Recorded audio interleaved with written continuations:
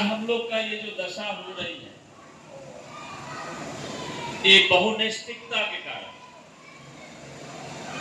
बहुनैष्ठिकता हम लोग समझ रहे हैं, जिसका प्रेम बहुतों के प्रति है।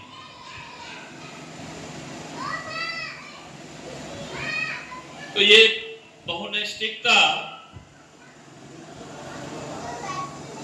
में जब तक हम लोग उलझे रहेंगे, तब तक उस एक से प्रेम नहीं होगा। और जब हम उस एक से प्रेम करेंगे, तो बहुतों से प्रेम हो जाएगा। तो श्री ठाकुर जी इस पर एक वाणी दिए, धरेगा प्रेरित वर्तमान अंधकार में करे प्रयाण। अर्थात वर्तमान पुरुषोत्तम जब आविर्भूत होते हैं, उसको यदि समय अनुसार नहीं धरते हम लोग, तो हम लोगों का जीवन क्या होता है? अंधकार में ही रह जाता है। उनको नहीं जान पाते। यदि जान पाते तो त्रेता युग से हम आते हैं। त्रेता में श्री राम आए थे। श्री राम के समय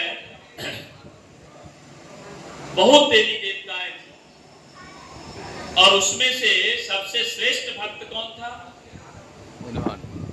बजरंगबली, हनुमान। राम वर्तमान को छोड़ के शिव का सबसे श्रेष्ठ भक्त था रावण।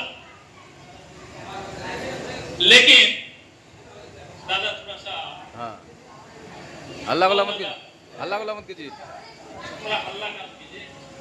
और ज्यादा नहीं है, 10 मिनट मत कीजिए, हम बाहर में कर सकते हैं। तो उस समय में रावण इतना शक्तिशाली, जैसा हम लोग सुनते हैं कि उनका 9 ग्रह पर साम्राज्य था। अभी तो हम लोग का 1-2 बीघा जमीन हो जाने से बहुत बड़ा साम्राज्य बन जाते हैं। रावण सोचिए 9 ग्रह पर उसका साम्राज्य था, और उसमें भी सर्वशक्तिमान ग्रह था शनि। उस शनि को अपने चरण के पास रख करके वो बैठता था राजगद्दी पर। जो शनि ग्रह के फेर में हम लोग यदि पड़ जाते हैं, तो नाना तरह का ज्योतिषी लोग के पास या कोई पंडित के पास जाते हम लोगों ग्रह को छुड़ाने के लिए। उस ग्रह के जो राजा स्वयं शनि, उसको रावण क्या किए? अपने चरण के पास दबा करके रखे।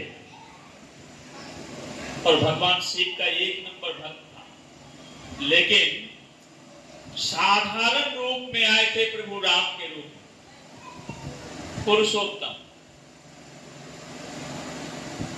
उनसे प्रेम नहीं हुआ, और प्रेम नहीं होने के कारण ना ही आचरण बना, ना ही किसी के साथ वैवाहिक जीवन ठीक हुआ,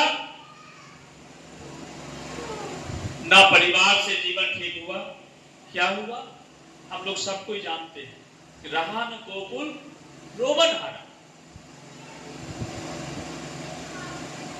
भगवान स्वयं शिव भी उनको नहीं बचा सके। ठाकुर जी इस पर एक वाणी दिए, शिव रूठे तो गुरु बचाए, गुरु रूठे तो कौन?